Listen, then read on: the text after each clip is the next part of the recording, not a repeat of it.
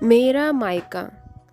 बच्चों की गर्मियों की छुट्टियां लगे अभी 2 दिन ही हुए थे। सुबह सुबह पापा का कॉल आ गया। बोले, बेटा कब आओगी? मैंने अनमने मन से बोल दिया, पापा कुछ पक्का नहीं है, ऋषि टूर पर गए हैं, उनके आने के बाद देखती हूँ। पापा की आवाज़ रुआसी हो गई। बोले, बेटा तुम्हारी माँ नहीं है तो क्या हुआ, तुम्हारा मायका तो है और मैं तो हूँ। ऋषि से बात करो और जल्दी आ जाओ। मैं जी पापा के आगे कुछ बोल ही नहीं पाई। जब तक माँ थी उनसे रोज़ फ़ोन पर ढेरों बातें क्या करती थी। साल में एक बार गर्मी की छुट्टियों में मैं पूरे 10 दिन के लिए मायके जाती थी। वो सुख किसी जन्नत से कम नहीं था। बच्चों से ज़्यादा मुझे गर्मियों की छुट्टियों का इंतज़ार रहता था। पर जब से माँ गई मेरा मायके जाने का मन ही नहीं करता।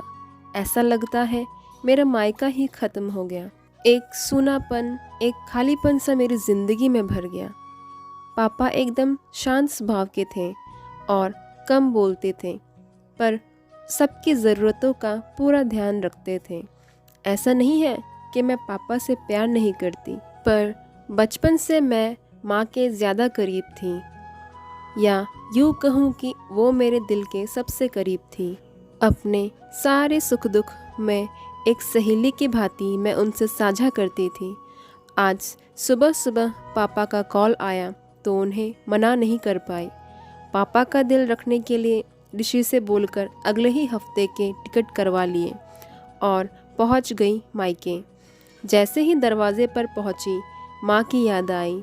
ऐसा लगा जैसे वो अभी बाहर निकल के मुझे गले लगा लेंगी। सोच के ही आंखें भर आई, किंतु आज माँ की जगह पापा बाहें फैलाए मेरा इंतज़ार कर रहे थे। सालों बाद पापा को गले लगा के खूब रोई।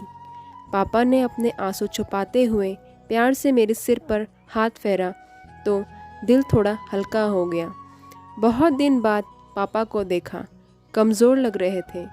वैसे तो भाई भाभी और पापा सभी मेरा बहुत ध्यान रख रहे थे। बच्चे तो अपने खेल और मस्ती में व्यस्त हो गए थे, पर न जाने क्यों मेरी नज़रें हर पल मेरी माँ को ही ढूंढती थी।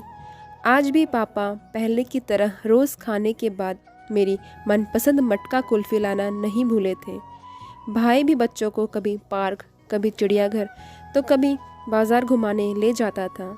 भाभी भी रोज़ मुझसे पूछकर मेरे मनपसंद का खाना बनाती थी। सब कुछ पहले की तरह ही था, बस माँ नहीं थी। इस बार मायके में मेरा दिल नहीं लग रहा था। माँ की कमी मुझे बहुत खल रही थी। ऋषि को कॉल करके मैंने 2 दिन बाद टिकट करवा लिया। सबने मुझे रोकने की बहुत कोशिश की, पर मैं नहीं मानी। देखते ही देखते मेरे जाने का समय आ गया। आज शाम की ट्रेन से मेरे घर वापसी थी। मैंने सामान पैक करके रख लिया था, बस पापा का इंतज़ार कर रही थी। पापा न जाने सुबह से बिना बताए कहाँ चले गए थे। उनका मोबाइल भी नहीं लग रहा था। मन घबरा रहा था, बिना बताए आखिर कहाँ गए। इधर मेरी ट्रेन का समय भी होता जा रहा था। समझ नहीं आ रहा था कि क्या करूं। तभी पापा का कॉल आ गया। बोले, गुड़िया तुम लोग स्टेशन पहुंच जाओ, मैं सीधे वहीं पहुंच रहा हूं। हम लोग स्टेशन पहुंच गए। ट्रेन सही समय पर थी। पापा स्टेशन पर हमारा इंतज़ार कर रहे थे। उनके हाथ में एक बॉक्स था। उन्होंने मुझे देते हुए गले लगाया और बोले, इसे ही लेने गया था, इसीलिए देर हो गई, संभाल के रखो। मैंने आश्चर्यचकित होते हुए पूछा, इसमें क्या है? पापा की आंखें भर आई। अपने आंसू पोंछते हुए बोले, तुम्हारी माँ का प्यार। कुछ समझ पाती तभी ट्रेन आ गई। हमें ट्रेन में बिठा के पापा और भाई ने विदा कर दिया। मेरी नज़रों से ओझल होने तक पापा वहीं खड़े हाथ हिलाते रहे। मैं भी एकटक न जाने कब तक बाहर खिड़की से उन लोगों को निहारती रही।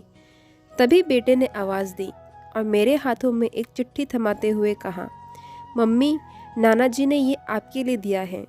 मैंने तुरंत चिट्ठी खोली। मेरी प्यारी गुड़िया रानी, जब तक तुम्हारी माँ थी, तुम्हारी हर छोटी बड़ी बात का ख्याल वही रखती थी। मैं जानता हूँ कि मैं तुम्हारी माँ की जगह तो नहीं ले सकता, पर उनकी कमी की पूर्ति करने की कोशिश तो कर सकता हूँ। आज तुम्हारी माँ होती तो हमेशा की तरह अपने हाथों से तुम्हारे लिए बड़ी पापड़ अचार बना के साथ बेचती।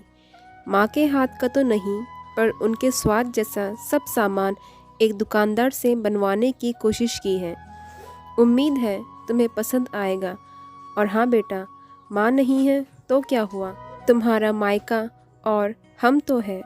पहले की ही तरह तुम्हारा इंतज़ार रहेगा। ढेर सारे प्यार और आशीर्वाद के साथ, तुम्हारे पापा। पत्र पढ़ते पढ़ते मेरी आंखों से आंसू बहने लगे। सहसा मेरे मुंह से निकला, आई लव यू पापा। बात छोटी सी थी, पर उसमें बेहद प्यार समाहित था।